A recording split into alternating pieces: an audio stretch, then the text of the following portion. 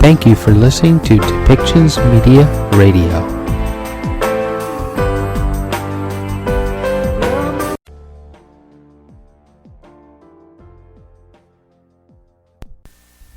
Welcome to Policy and Rights, the show about government policy and human rights.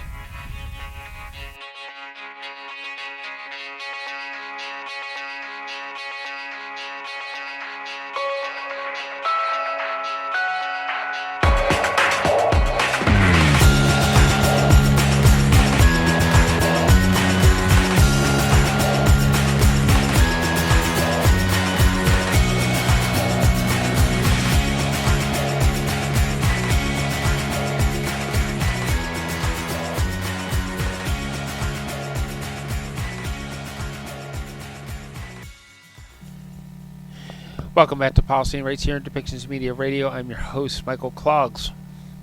As we know, there is still a lot of aggression going on in the Middle East, and we're going to hear in a few minutes as Palestine is trying to become a stronger part of the United Nations, applying for full membership into the United Nations. And we're also going to hear arguments back and forth on why they should be a part of and why they shouldn't. Of course, Israel being one of the strongest voices saying that Palestine allies itself with terrorists and should not be allowed full privileges of the UN. Israel, of course, also strongly does not want to support the idea of Palestine becoming its own sovereign nation. And in the wake of some of the things that are actually happening in the Middle East, with drone strikes and missile strikes happening, and everyone's still waiting to hear how Israel is going to retaliate against Iran with their drone strikes against Israel. So the question is, the really big question is should there be a two-state solution to give Palestine sovereignty?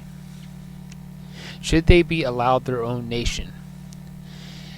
And then we can really deep dive into, should Palestine be allowed full membership of the UN? And are they really supporting terrorism, or is there simply a difference in culture and point of view in the Middle East between two brethren countries?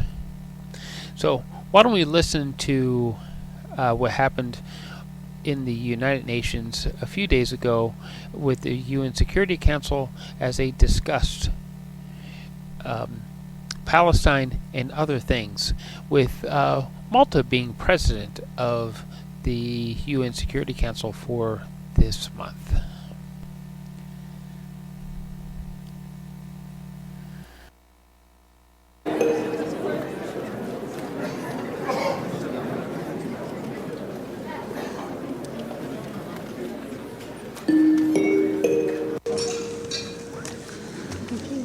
The 9,609th meeting of the Security Council is called to order. The provisional agenda for this meeting is the admission of new members. The agenda is adopted. In accordance with Rule 37 of the Council's Provisional Rules of Procedure, I invite the representatives of Israel to participate in this meeting. It is so decided.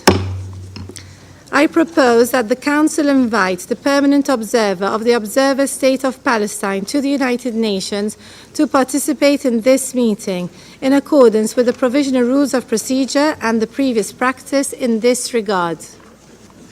It is so decided.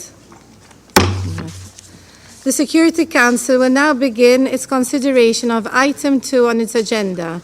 In a letter dated 2nd April 2024, addressed to the Secretary General, the permanent observer of the Observer State of Palestine referred to the application of the State of Palestine for membership in the United Nations contained in document S/2011/592, dated 23rd September 2011.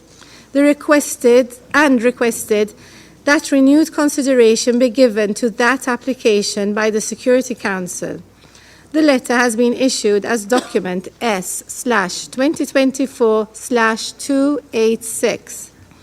The report of the Committee on the Admissions of New Members concerning the application of the State of Palestine for admission to membership in the United Nations has been issued as document S/2024/313.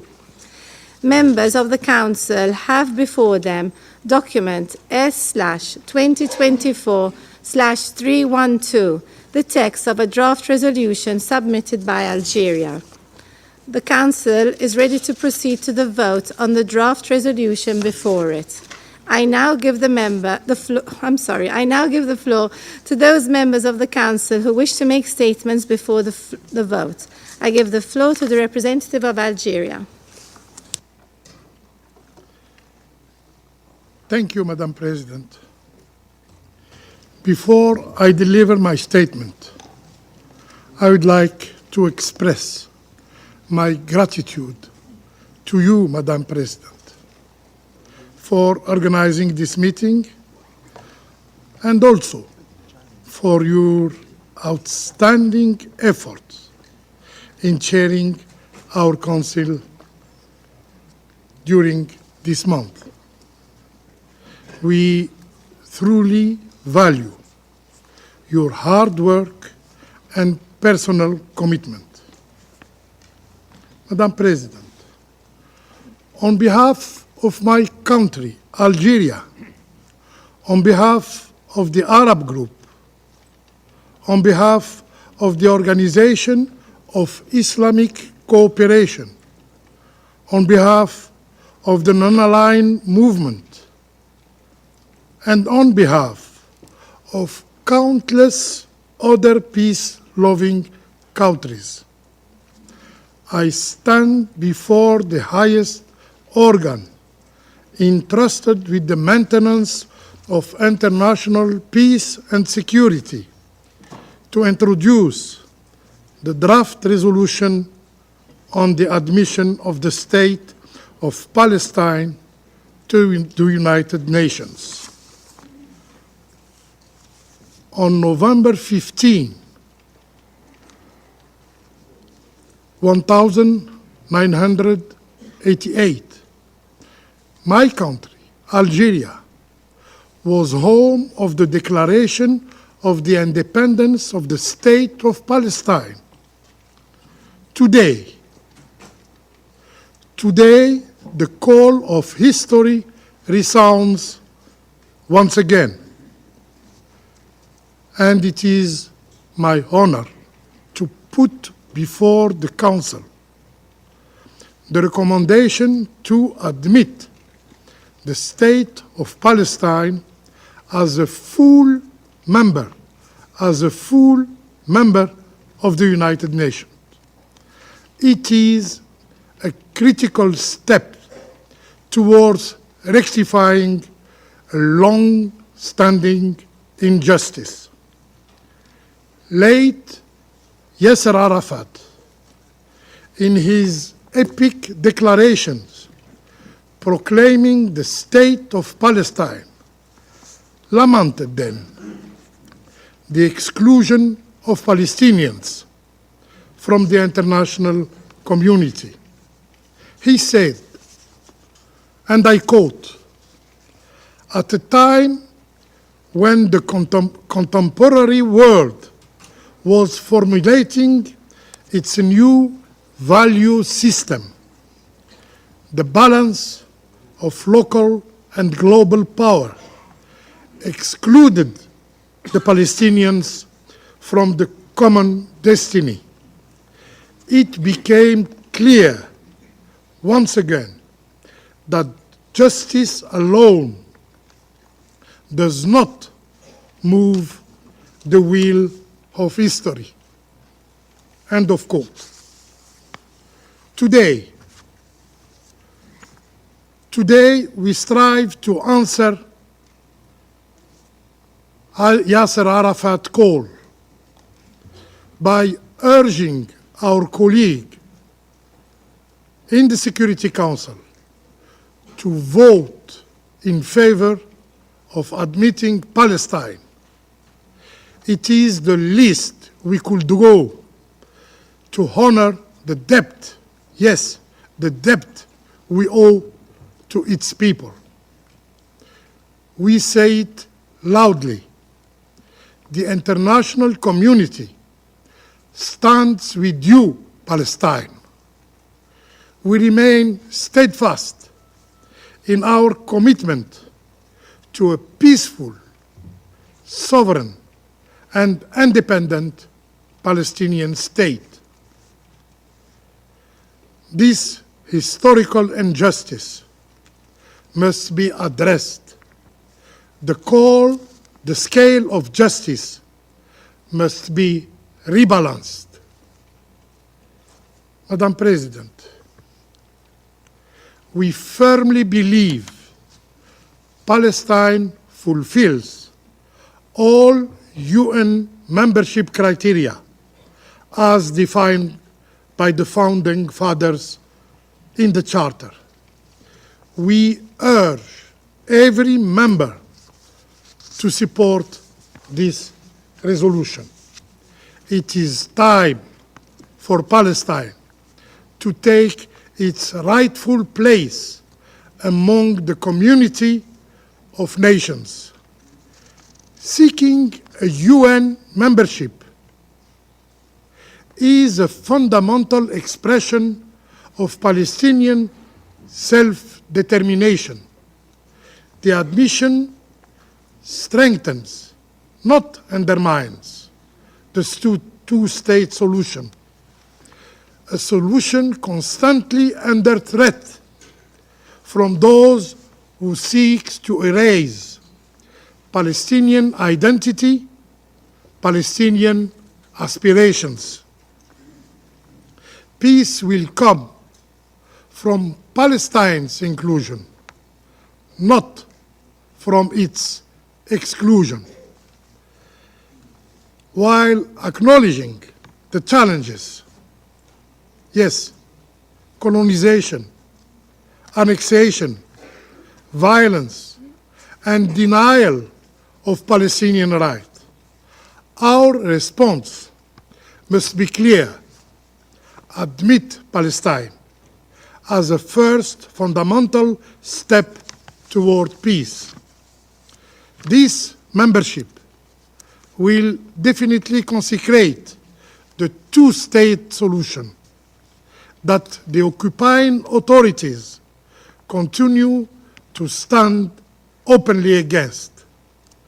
This membership will constitute a rejection of their attempt to erase the Palestinian people and to destroy the Palestinian state and every prospect of peace.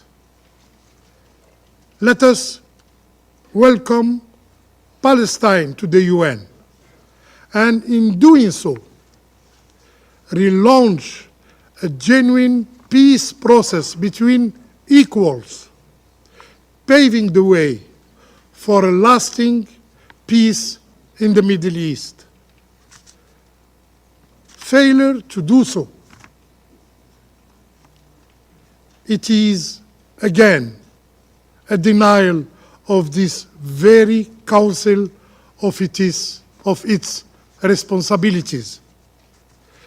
Failure to act is a serious and forgivable mistake. Failure to wake up today is a license for continuing injustice and impunity. Failure to do so is everlasting shame. The call for Palestinian freedom must be heeded. The call for free Palestine, resonating across the globe, must be a reality enjoyed by the Palestinian people. Madam President, I conclude with what the President of the Republic, Mr. Abdelmajid Tebboune, has stated before the General Assembly last year. And I quote, "The time has come for Palestine to become a full member of the United Nations, even though its territory remains occupied. We will not abandon this cause, and we will not rest until the objective is achieved." I thank you, Madam President. I thank the representative of Algeria for their statement. I shall now put the draft resolution to the vote. Will those in favor of the draft resolution contained in document S/2024/312 please raise their hand?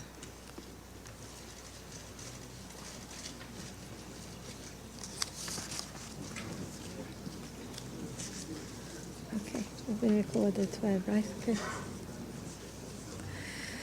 Those against?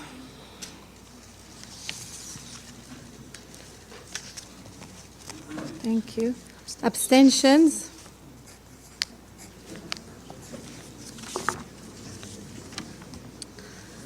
The draft resolution has not been adopted owing to, the result of the vote is as follows. 12 votes in favor, 1 vote against, 2 abstentions. The draft resolution has not been adopted owing to the negative vote of a permanent member of the Council. I now give the floor to those members of the Council who wish to make statements after the vote. I pass the floor to the representative of the Russian Federation. Madam President, Madam President,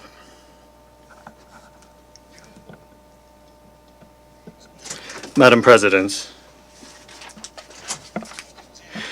this day may go down in history as a day when, after 3/4 of a century, the international community at last made the right choice on the path towards correcting the many years of historical injustice done to Palestine and the legitimate aspirations of its heroic people. Because it was a simple question: are the Palestinians worthy of being part of the global family, fully participating in all of the decisions of international life? And a question that we have constantly answered with consent. And when Israel was welcomed into the UN, and when dozens of states also released from the colonial yoke were welcomed into the UN. However, our American colleagues believe differently. Having for the 5th time since the beginning of the exacerbation in Gaza their veto, they have once again demonstrated what they really think of the Palestinians. For Washington, they do not deserve to have their own state. They are only a barrier on the path towards realizing the interests of Israel. For that reason, the United States is ready to the last to turn a blind eye to the crimes of Israel against the civilians in Gaza, not noting the illegal settlement building activity in West Jerusalem on the West Bank. The aim is to break the Palestinians' will, to force them once and for all to submit to the occupying power, to turn them into servants and second-class persons, and perhaps to once and for all force them out of their native territory. That policy is only having the opposite impact. At present, an absolute majority of the global community supports Palestine's application to become a full member of the World Organization. The suffering of Palestinian civilians is resounding in the hearts and minds of millions of people around the world. In countries that supply weapons to West Jerusalem, there are louder and louder voices calling for those supplies to be banned. Today's use of the veto by the US delegation is a hopeless attempt to stop the inevitable course of history. The results of the vote, where Washington was practically in complete isolation, speak for themselves. With the most playing into the hands of the most irrational actions by their ally and reluctant to find just solutions on the basis of the existing international legal basis, is a direct path to the further sliding into the mire of war which could encompass the entire region. If the United States and Israel benefit from this, then it will only be in the short term. At the same time, Washington will once and for all remove itself from the list of peace-loving and respected states, having fully shared responsibility with its Israeli allies for the deaths of tens of thousands of Palestinian civilians. And that is not worthy of a great power, and history will not forgive you for that. We call on the United States to listen to the voice of reason, to think about the consequences of their decisions, and to immediately join in the efforts of the other members of the Security Council to establish an immediate ceasefire in Gaza. Thank you. I thank the representative of the Russian Federation and pass the floor to the United States. Thank you, Madam President.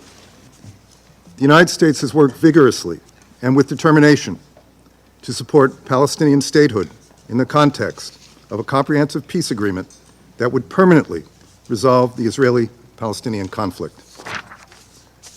Since the attacks of October 7, President Biden has been clear that sustainable peace in the region can only be achieved through a two-state solution, with Israel's security guaranteed.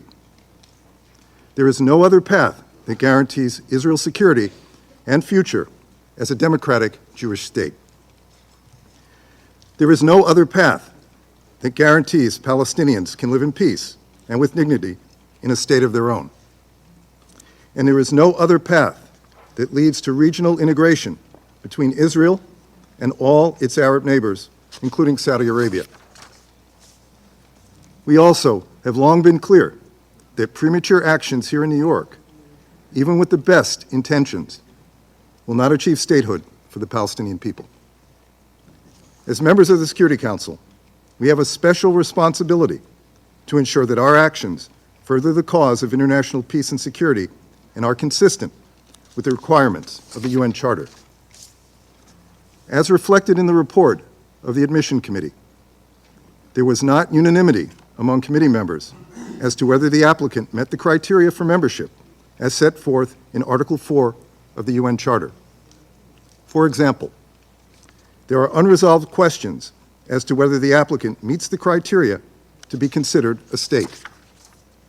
We have long called on the Palestinian Authority to undertake necessary reforms to help establish the attributes of readiness for statehood, and note that Hamas, a terrorist organization, is currently exerting power and influence in Gaza, an integral part of the state envisioned in this resolution. For these reasons, the United States voted no on this Security Council resolution. Again, the United States continues to strongly support a two-state solution. This vote does not reflect opposition to Palestinian statehood, but instead is an acknowledgement that it will only come from direct negotiations between the parties. A central focus of U.S. policy prior to October 7,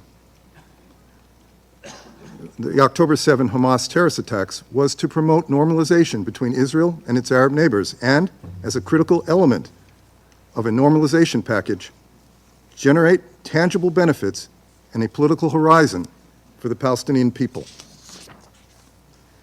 This was based on the U.S. judgment that normalization is the most viable pathway to make progress on what had been an intractable situation between the Israelis and the Palestinians.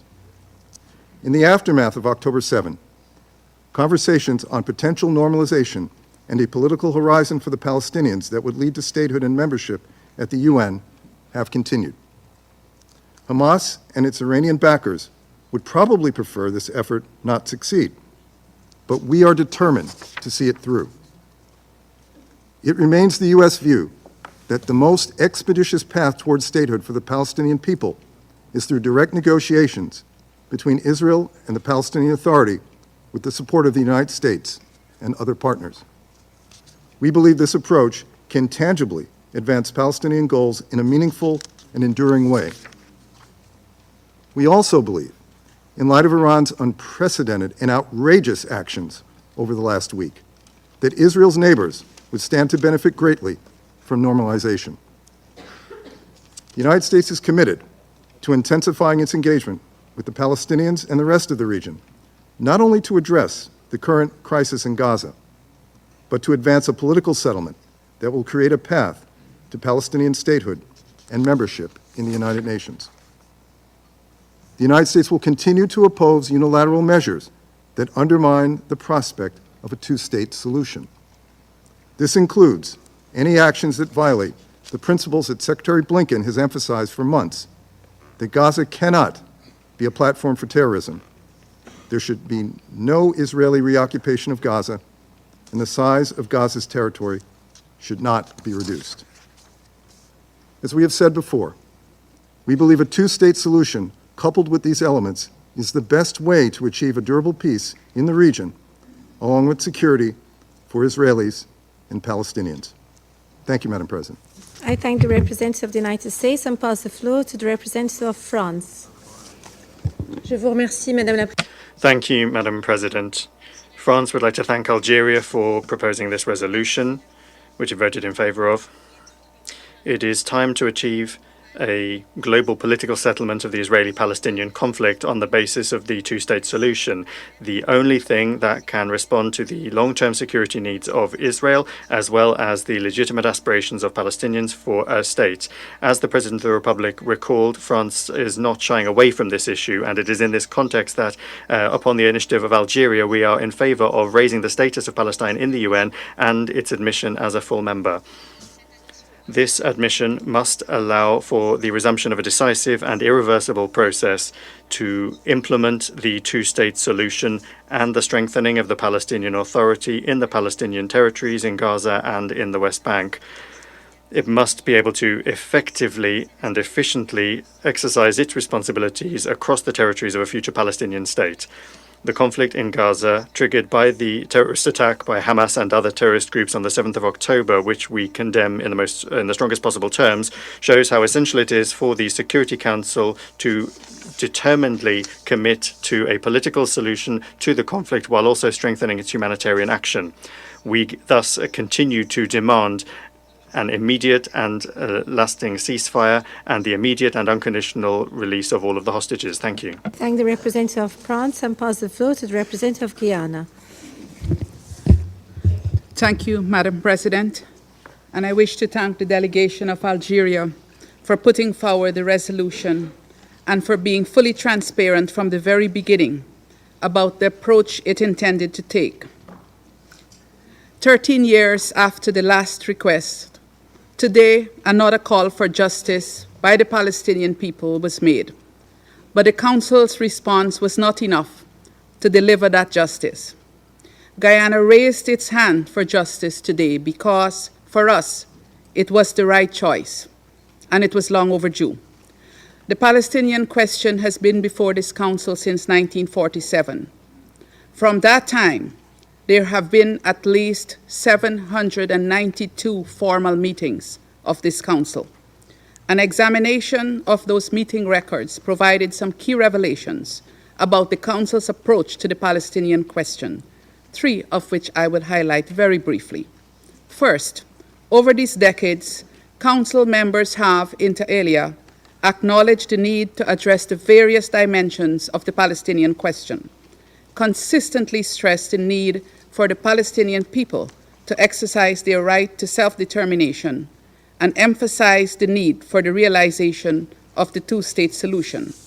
However, while this shows that the Council has largely been sympathetic to the Palestinian cause, this sympathy has not generated enough political will to achieve a comprehensive, just, and lasting solution to the Palestinian question. This takes me to my second point, Madam President. The Council's historic sympathy for the Palestinian people has led to many band-aid measures to address the symptoms of the Palestinian question. We have not been able to comprehensively address the root cause of the problem, the lengthy delay in the creation of an independent state of Palestine. The resolution we voted on a moment ago was an important step towards addressing this gap, and Guyana deeply regrets that it was not adopted. Without getting to the root of the problem, the symptoms will persist, and the reactive cycle will continue. The people of Palestine deserve a clear political horizon and a path to a comprehensive and just peace. The third issue is the serious lack of accountability that has accompanied the Palestinian question from 1948 to present day. If the occupying power were held to account for its continuous violations of international law, the path to a free and independent Palestine would have been cleared a long time ago. The impunity must end. Madam President, Ghana supports the State of Palestine's full membership of the United Nations and believes that it has met all the requirements set out in Article 4 of the United Nations Charter, which are the only ones to be taken into consideration for the admission of a member into the United Nations. We are therefore deeply disappointed that the legitimate aspirations of the Palestinian people were not met today. Guyana had hoped that the Council's historic sympathy and apparent empathy with the Palestinian cause could have translated into strong political will this time around, given the existential threat Palestinians currently face. Notwithstanding, Guyana reaffirms its unwavering commitment to continue working with this Council and the entire UN membership to secure justice for the Palestinian people. To the Palestinian people, Guyana will never abandon you. We will continue to use our voice until justice is served. I thank you. I thank the representative of Guyana and pass the floor to Slovenia. Thank you, Madam President. Slovenia voted in favor of the recommendation of the Security Council for membership of the State of Palestine in the United Nations. The two-state solution, where two democratic states, Israel and Palestine, live side by side in peace, is the only long-term sustainable option. Slovenia continues calling for full respect of international law and the peaceful resolution of conflicts. And at this point, our main objectives continue being twofold: addressing the current situation in Gaza and resuming political process towards a two-state solution. We are of the view that the membership of the State of Palestine in the UN could significantly support this process, which should address all outstanding issues, support the State of Palestine, and guarantee security for Israel. Membership in the UN is not an alternative to negotiations, but complementary to them. We believe that the UN should play a crucial role in the peace process, and therefore both states should have an equal status at the UN. Madam President, Slovenia is of the view that Palestine meets the criteria set out by Article 4 of the UN Charter. Granting membership in the UN to Palestine could be an important step towards peace. It would strengthen the role of the Palestinian Authority and would contribute to the security of Israel as well. We maintain our view that Palestine's right to self-determination and UN membership are not contrary to Israel's right to exist and be secure. We believe any two-state solution must be built on mutual recognition and sovereign equality.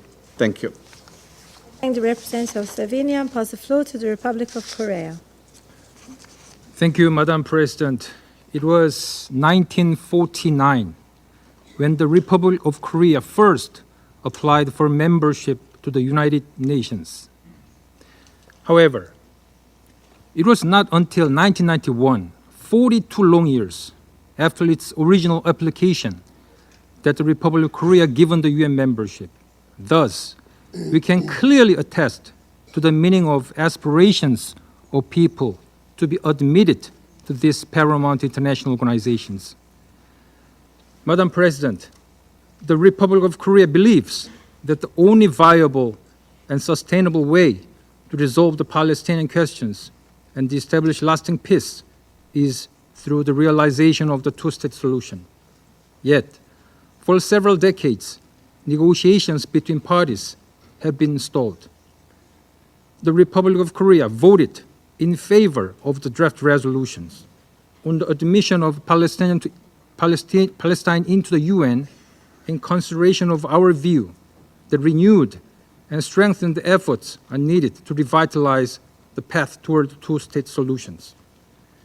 Regardless of today's results on the draft resolution, we hope that the parties will soon resume negotiations based on dialogue and compromise for a peaceful resolution of the Palestine question. And to this end, the catastrophic humanitarian situation in Gaza must end soon. We once again call for an immediate ceasefire in Gaza, the immediate and unconditional release of hostages held by Hamas and other groups, and expanded humanitarian aid throughout Gaza.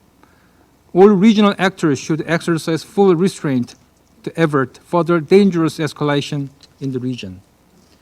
Under this backdrop, even though today's draft resolution on the admission of Palestine was not adopted, it is clear that all members of the Security Council share the imperative of the two-state solutions as the most viable long-term resolutions to the Palestine questions and the best way to lessen long-standing regional tensions more broadly.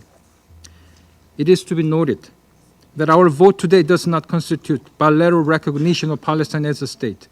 In the future, we will consider this matter at a time that is most conducive to the resolution of the conflict. We also hope that the negotiations between parties can resume in the near future. I thank you, Madam President. I thank the representative of the Republic of Korea and pass the floor to the United Kingdom. Thank you, President.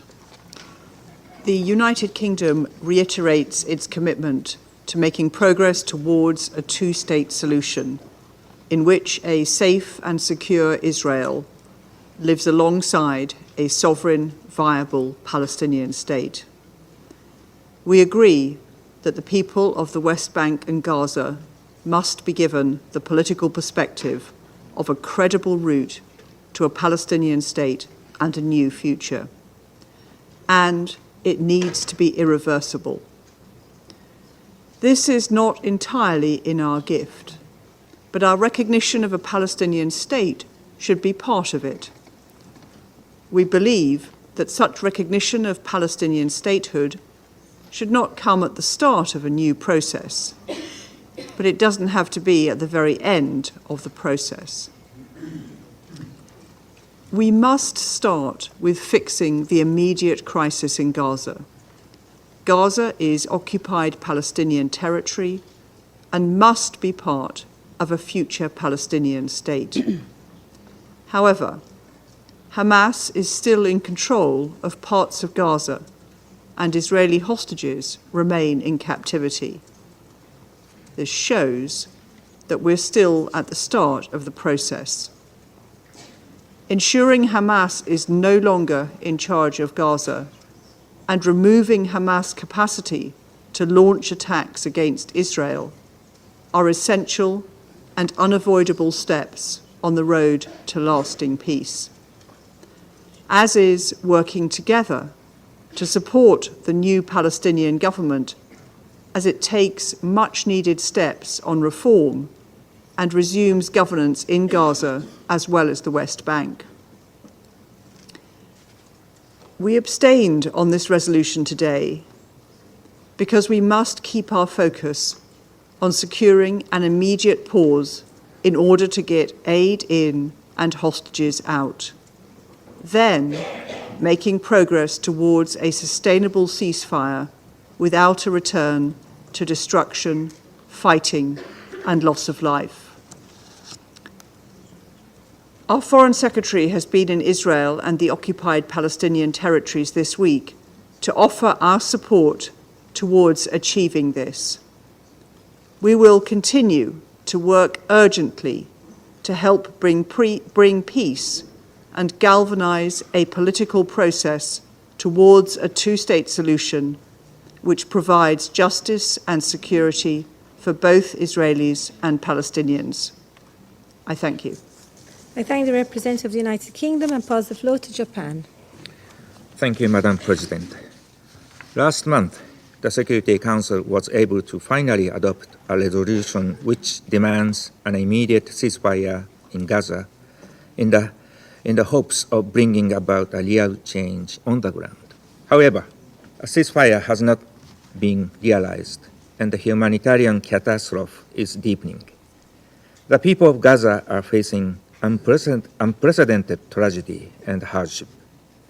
Much of Gaza's population lives in despair with little food and water, deprived of human dignity.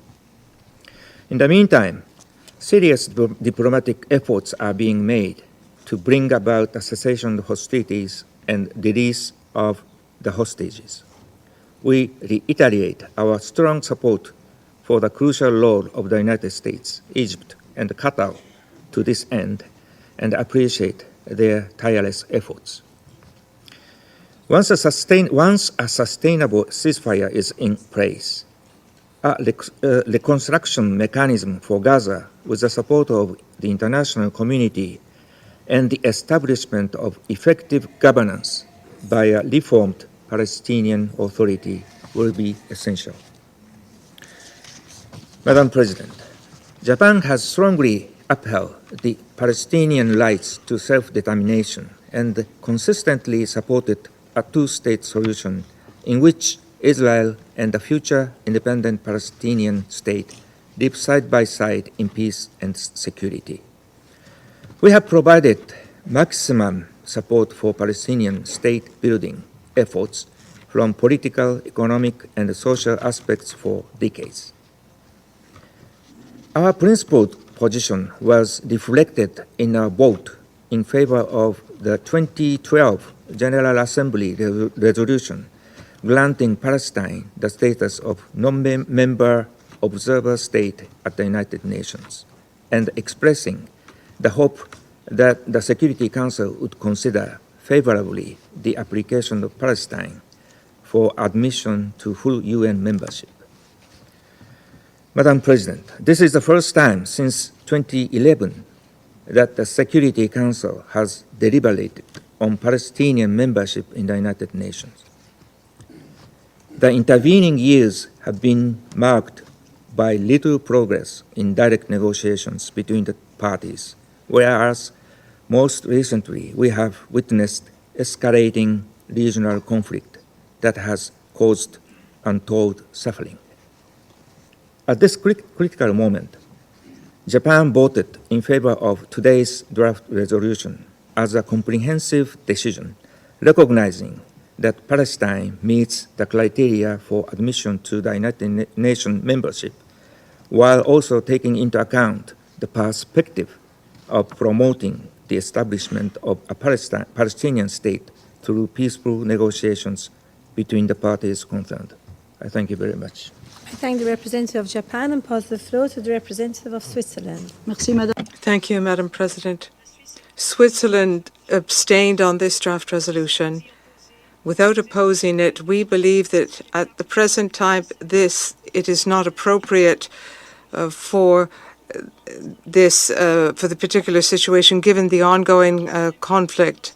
We think it would be preferable to determine Palestinians' membership at the United Nations at a future stage once there has been peace. This just will not change the position of Switzerland, our strong position on a two-state solution. We believe that only a negotiated two-state solution for Israel and Palestine living side by side in security will lead to lasting peace between Israel and Palestine. Madam President, we have just referred to a detail, the catastrophic situation in the Middle East. What we must urgently do is ensure the immediate implementation of this Council's resolutions and a ceasefire. We must do this without further ado if we want to give people the possibility of a peaceful future which will enable everyone to live in dignity, to restore political and negotiated solutions to this conflict. Switzerland is prepared to support any effort which will lead to hope for peace through a democratic two-state solution, two states living side by side within safe and recognized borders based on the 1967 borders, including with Gaza as an integral part of a Palestinian state. Thank you. I thank the representative of Switzerland and pass the floor to the representative of China. Thank you, President. President, today is a sad day. Because of the veto by the United States, the application by Palestine for full membership at the UN has been rejected. The decade-long dream of the Palestinian people ruthlessly dashed. China finds the decision by the US most disappointing. An independent state of Palestine has been a long-cherished intergenerational dream of the Palestinian people. Its full membership at the UN is a crucial step in that historical direction and process. As early as 2011, Palestine submitted an application. Because of some countries' opposition, the Council's action at that time was put on hold. 13 years are long enough. And yet, we still hear some complaints asserting that there isn't enough time and there's no need to rush into actions. These claims are disingenuous. The admission of Palestine as a full member of the UN is more urgent now than ever before.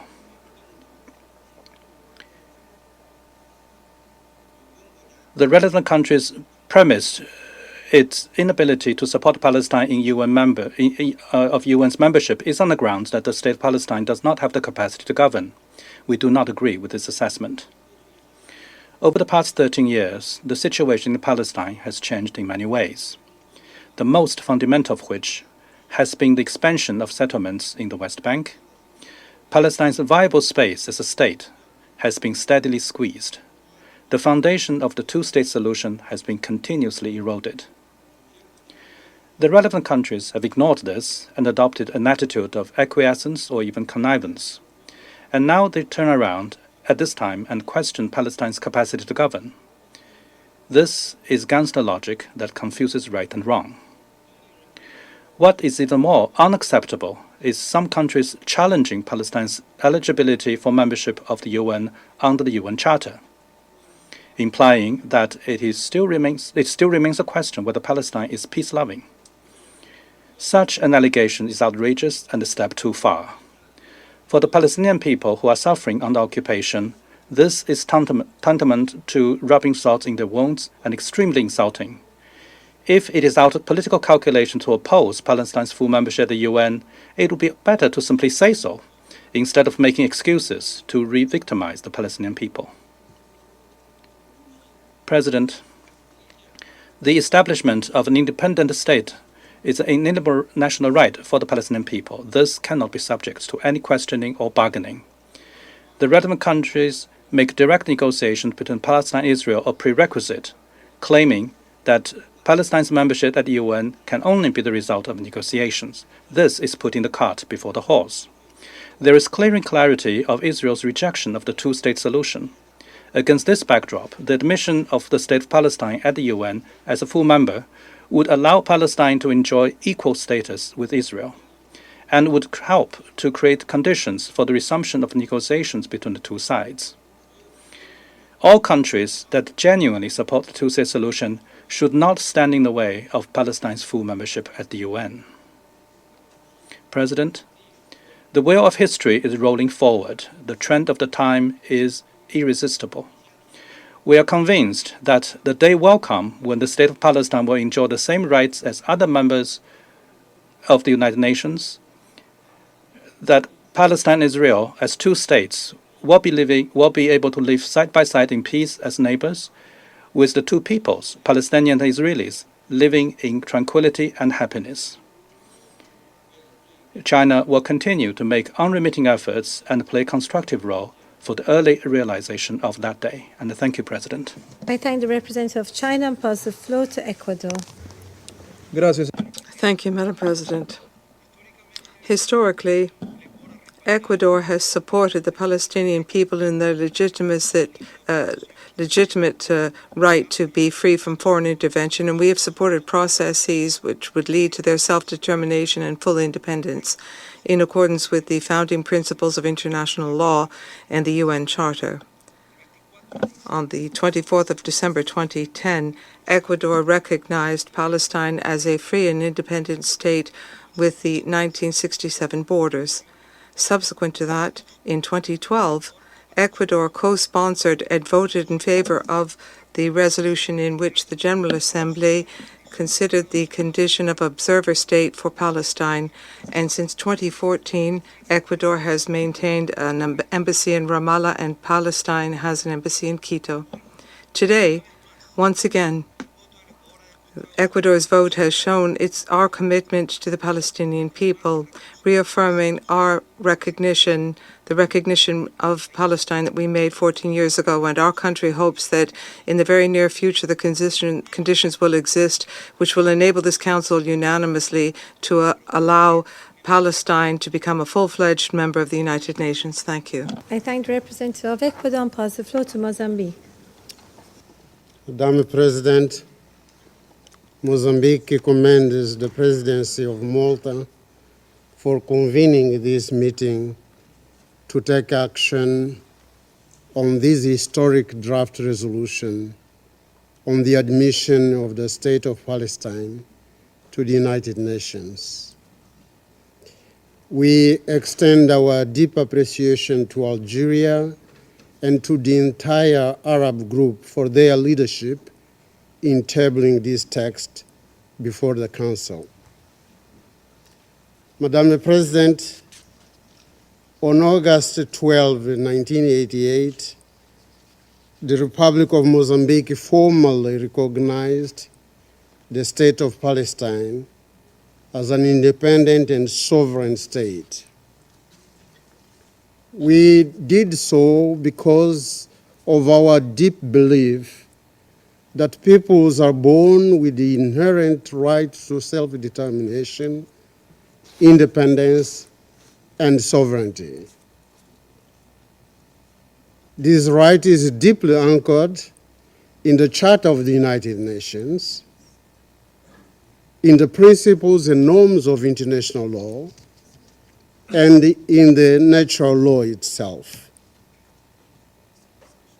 It is a right that does not depend on a plebiscite or referendum, or for that matter, on a judgment of other alien peoples or governments.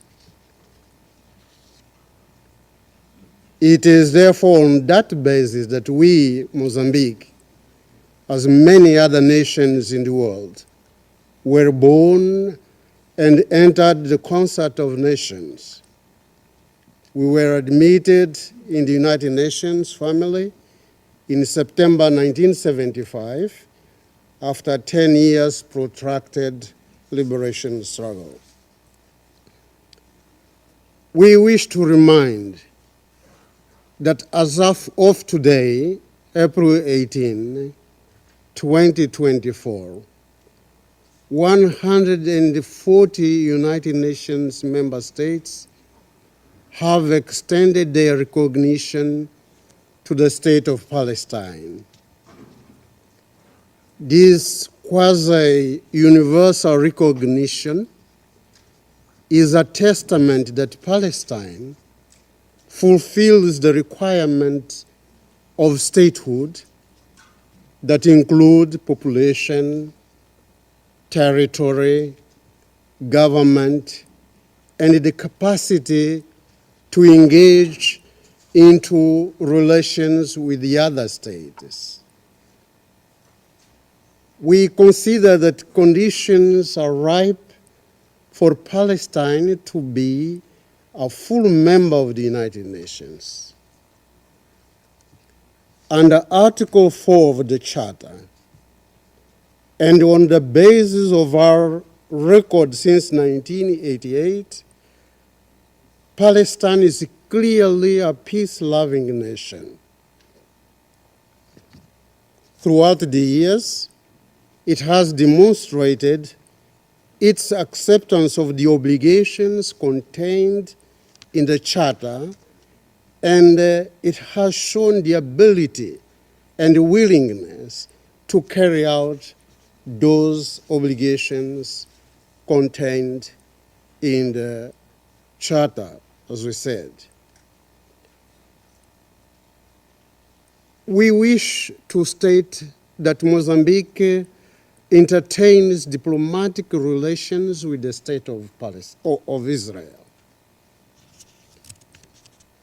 This is the foundation on which we embrace the vision of a two-state solution, of two independent and sovereign states, Israel and Palestine, both as full members of the United Nations, coexisting as good neighbors, living side by side in peace and security, as prescribed by the Charter of the United Nations and by the relevant resolutions of the Security Council and the General Assembly.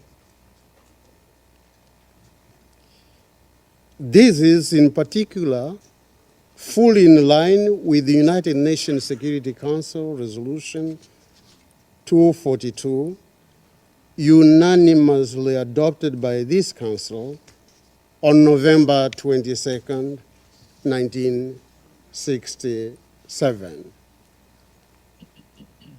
These are, Madam President, the reasons why Mozambique has voted in favor of this draft resolution. I thank you. I thank the representative of Mozambique and pass the floor to Sierra Leone.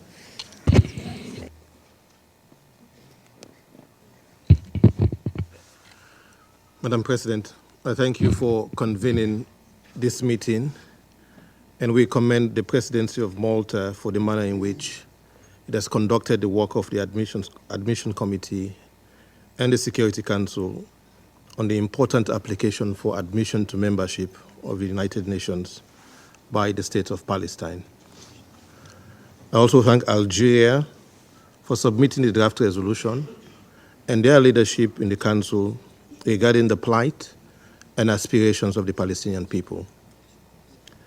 In the high-level open debate on the Middle East-Palestine question, the Minister of Foreign Affairs and International Cooperation of Sierra Leone this morning elaborated on our position on the issue.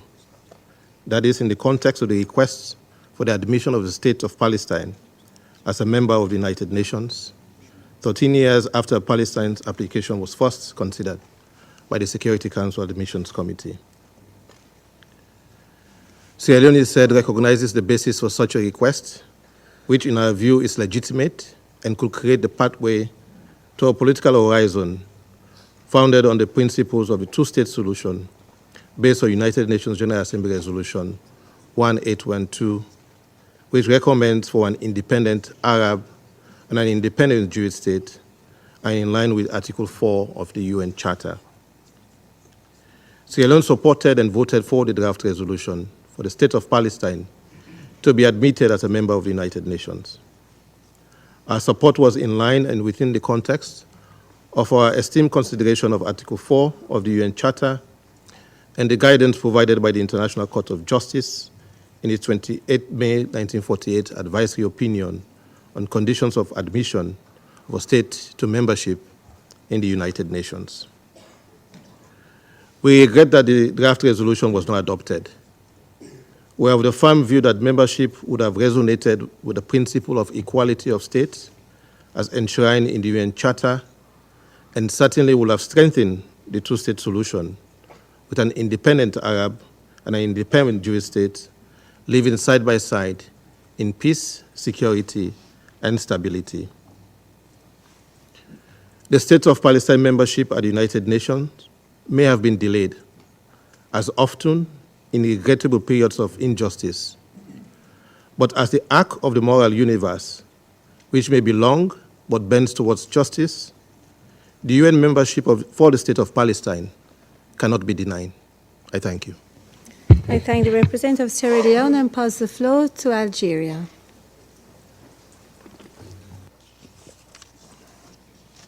Madam President, again, on behalf of the Arab group, of the OIC, and the non-aligned movement, and also all peace-loving member states. I'm deeply grateful to all those who voted in favor of the resolution we submitted.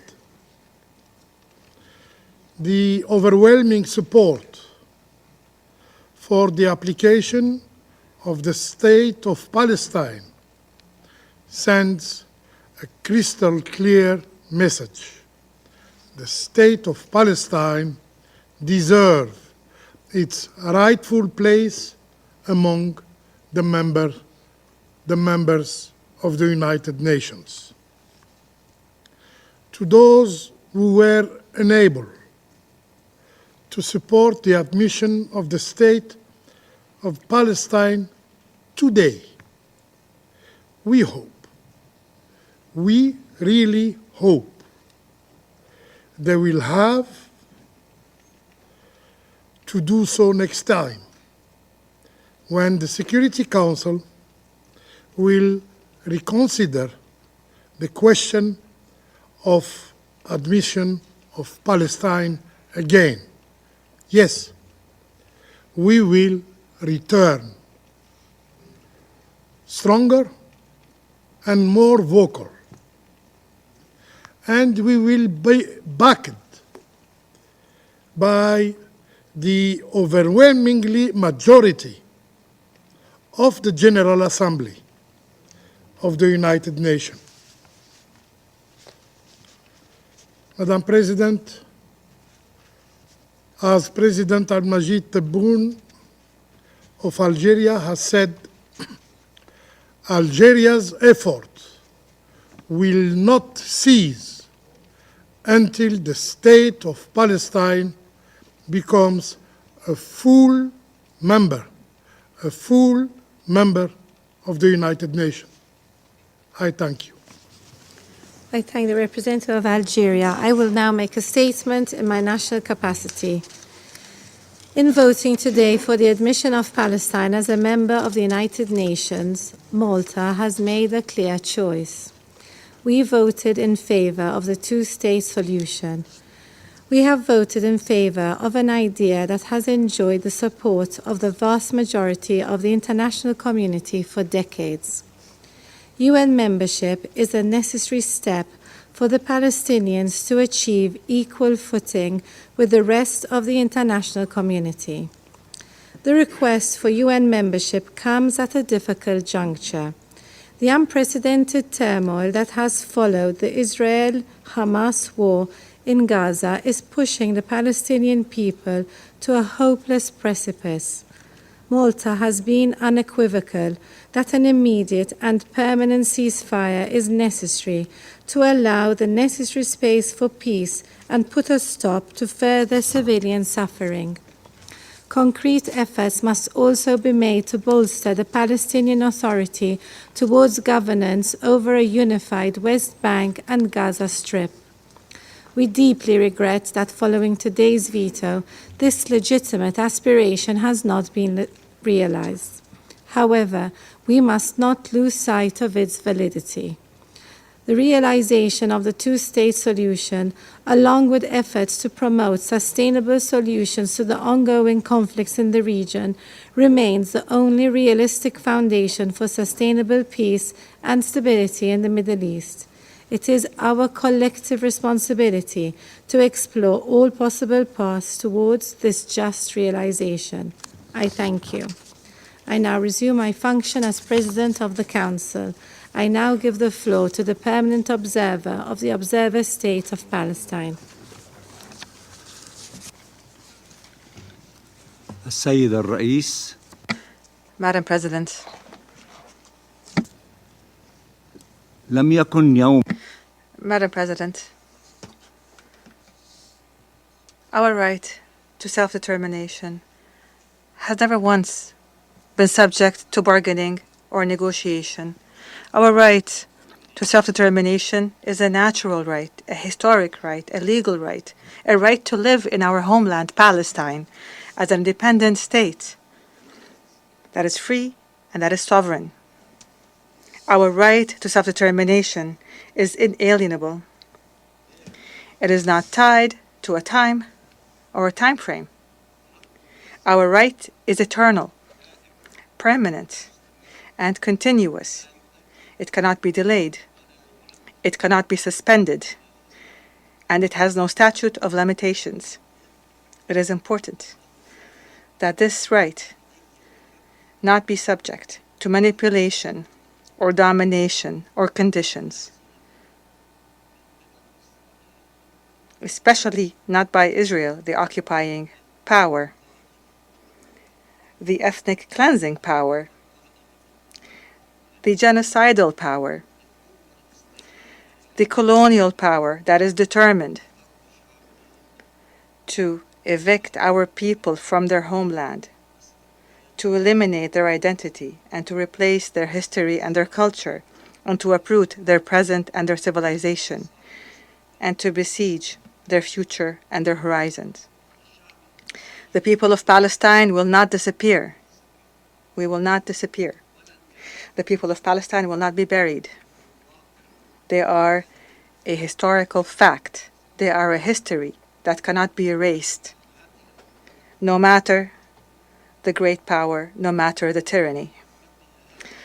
This Palestinian people, the glorious people of Palestine, remained on their land, not out of charity or mercy from Israel, but out of patience and steadfastness and hope and sacrifice, despite the occupation, despite the oppression, despite exile, enslavement, besiege, despite being persecuted and displaced and evicted and driven away as refugees. We have repeatedly warned of Israel's colonial policy in our land, which it not simply declares openly, but now boasts of it. We have warned of the absence of a horizon for a resolution. We have warned of the dangers of ignoring the Palestinian cause and its central nature, of ignoring the suffering of the Palestinian people, which is only growing. We have warned of the dangers of claiming that a just peace is possible in our region without a just, comprehensive, and lasting resolution to the Palestinian question. Madam President, we came to the Security Council today at an important historic moment, regionally and internationally, so that we could salvage what can be saved. We place you before a historic responsibility to establish the foundations of a just and comprehensive peace in our region. You are before the opportunity to revive the hope that has been lost amongst our peoples. We put you before the responsibility of interpreting and translating your commitment toward a two-state solution along the 1967 lines into actual action, firm action, that cannot be maneuvered or retracted. The majority of the Security Council members have risen to the level of this historic moment, and they have stood on the side of justice and freedom and hope, in line with the ethical and humanitarian and legal principles that must govern our world, and in line with simple logic. Here, we renew our sincere appreciation to sisterly Algeria and to the Arab and Islamic groups and the member states of the non-aligned movement and the Maltese presidency of the Council, a dedicated presidency that has managed our proceedings wisely. We express our appreciation to all of those who supported the Palestinian membership request and all of those who voted in favor of the draft resolution. By all of your statements, those who voted in favor and even those who voted differently, of the passion that it contained in your commitment and understanding the pain and the moment of the Palestinian people. I salute you in the name of the Palestinian people and their leadership. Sayyid al-Rais. Madam President, we accepted the two-state solution along the 1967 borders as an international vision of peace. The Arab states put forth the Arab Peace Initiative to support this vision.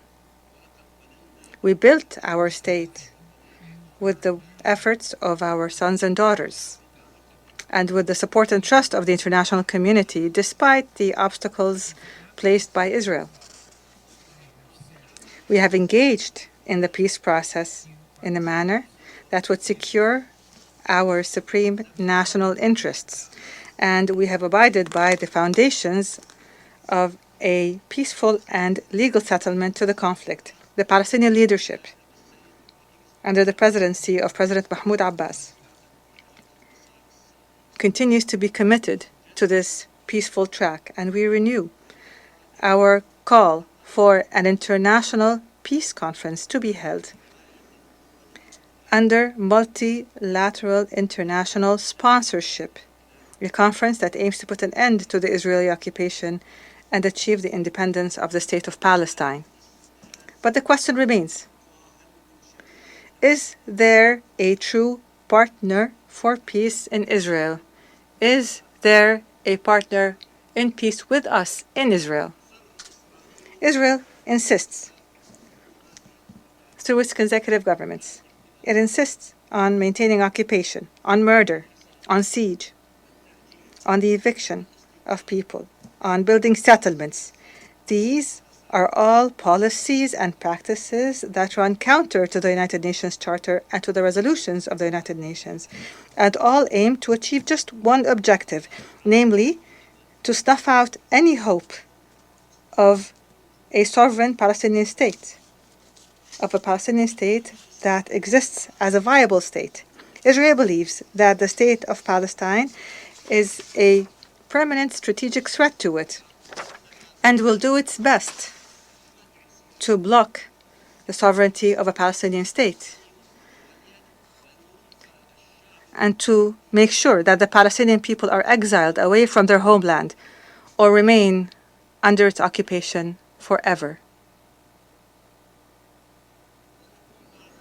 It is up to you now to determine who loves peace and who is the enemy of peace. Who loves peace and who is the enemy of peace. Who wants to save the lives of innocents and who seeks to perpetrate genocide. Israel does not want a two-state solution. Israel does not want a state of Palestine. This is Israel's scheme. This was approved by the Knesset and is publicly announced by the Knesset members. And it's very representative in this council and anywhere in the United Nations and outside of the United Nations does so. This is a plan that is claimed by Israeli government officials and politicians. Netanyahu even boasted about this as a political achievement, boasting that he succeeded in preventing the rise of a Palestinian state. He declared this in his imaginary map, the map that he brought with him to the General Assembly last September. A map of Israel from the river to the sea. A map that annihilates the existence of Palestine. This is the plan of his extremist government, to get rid of Palestine, to get rid of the Palestinians. This delusion, unfortunately, costs innocent lives. And do you know what Israel needs to implement this delusional plan? the plan to evict the people and to annex the land, all it needs is more time, more immunity, and more lives and blood. What will the international community do? What will you do? You, the International Security Council that is charged with the maintenance of international peace and security, what are you going to do? What will you do?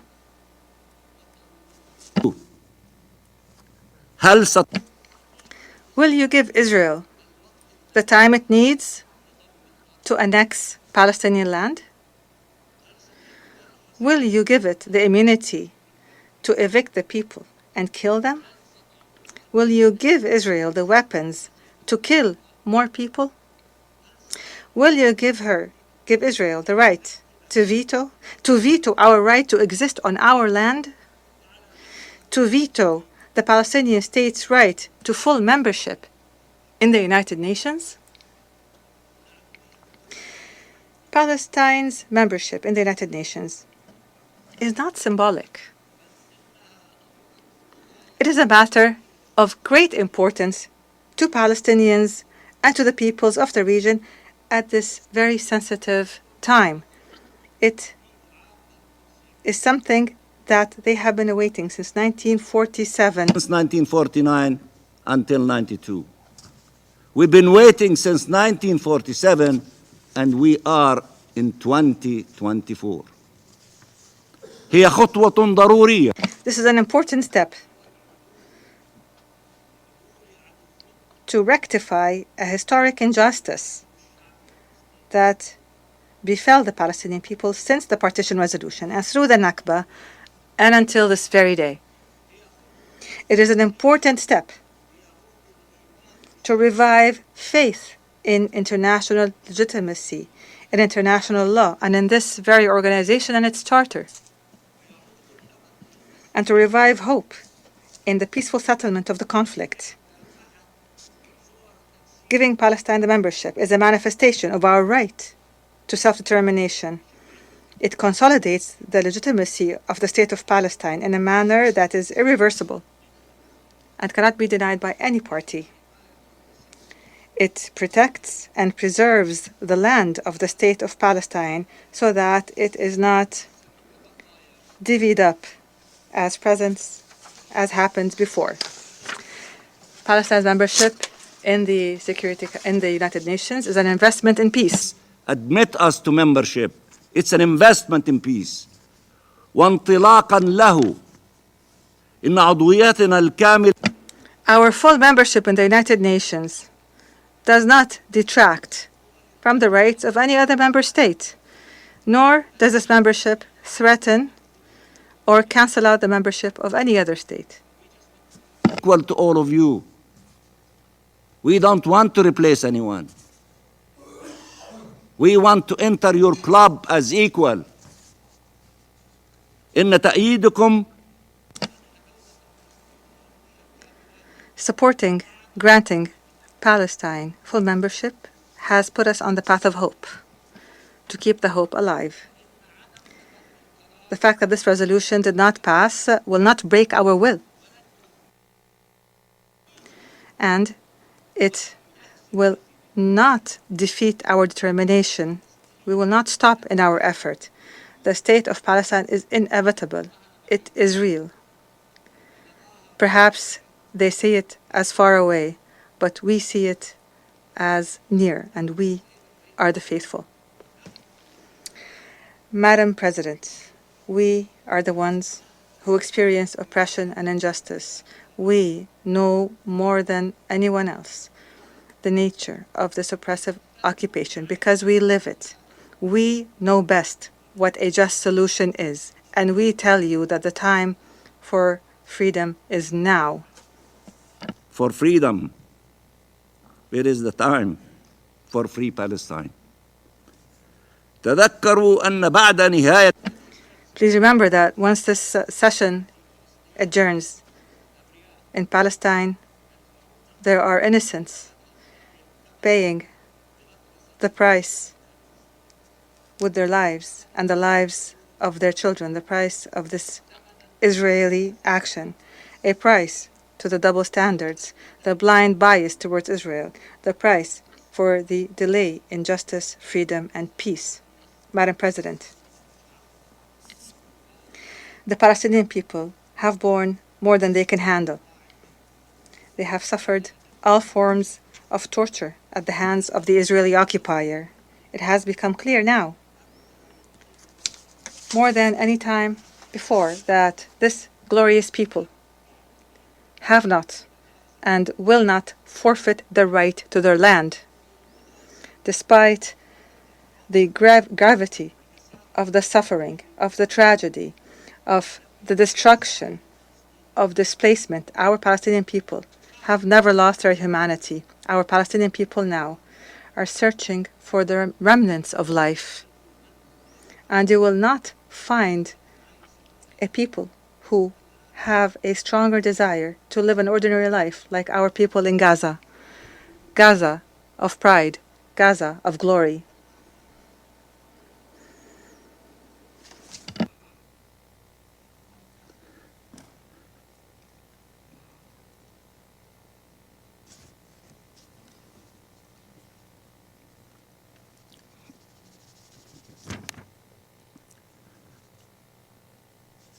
بل أن شعبنا الفلسطيني كافة Our Palestinian people, wherever they are, want life. They cling onto life, just like the other peoples on this planet. The Palestinians are a people who aspire to freedom, to a dignified life, to a peaceful existence. The people of Palestine will not disappear. The people of Palestine will not be buried. The Palestinian people have never been unnecessary. You either do us justice or you do it justice. We love life, to live in freedom and dignity in our national homeland. We will not disappear. Either you deal with us with fairness and give us our rights, or give us our rights. Thank you very much. I thank the permanent observer of the Observer State of Palestine for his statement. I now give the floor to the representative of Israel.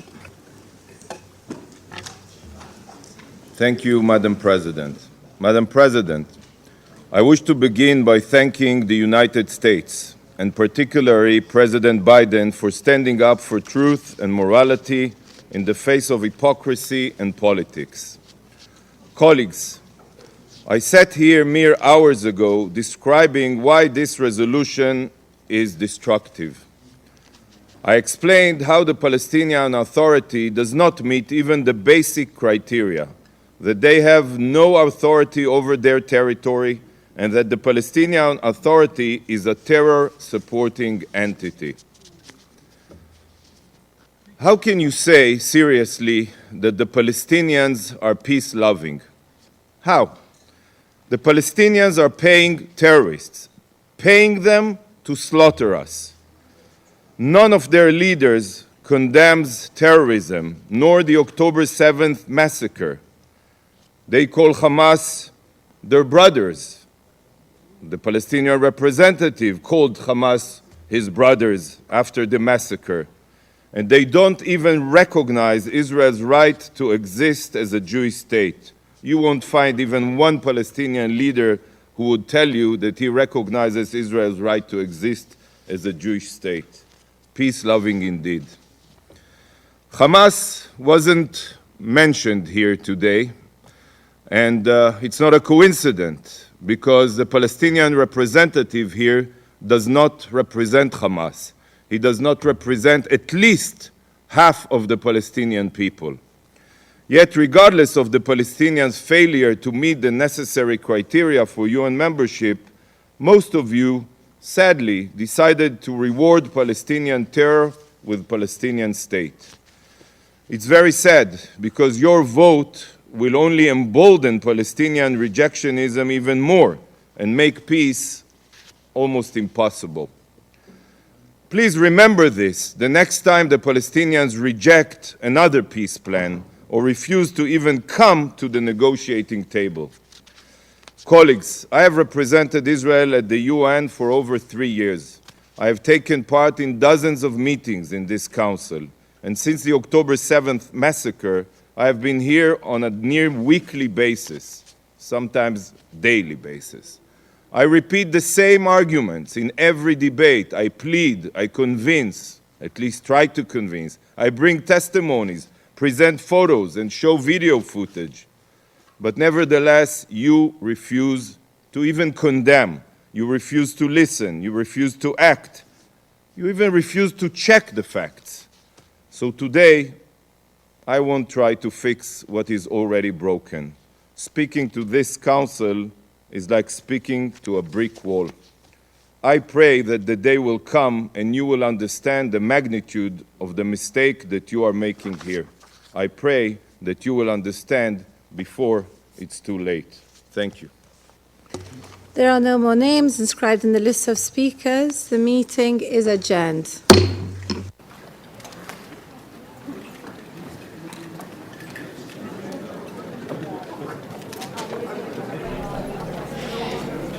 You know, sometimes, as we enter our final thoughts here, sometimes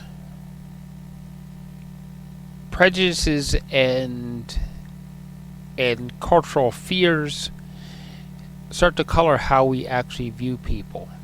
That we come up with a predetermined idea of who a person is because of where we hear they're from, what we hear their culture is like.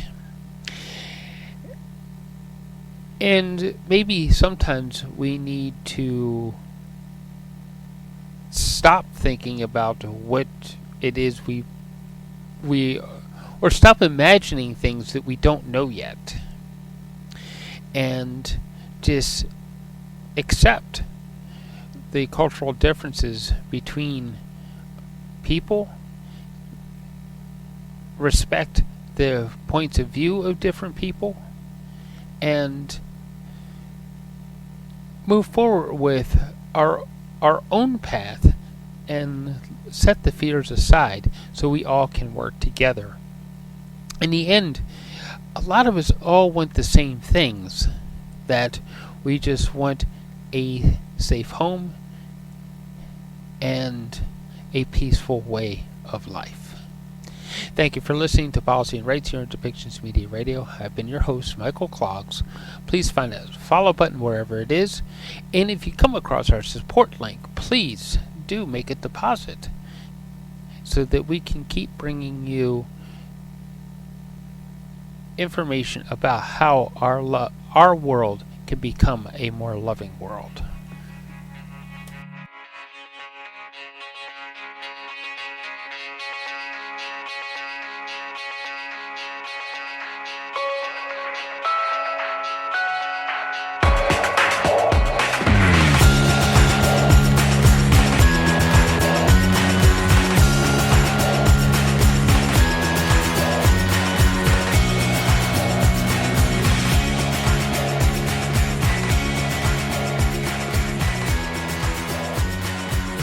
This show has been produced by Depictions Media. Please contact us at depictions.media for more information.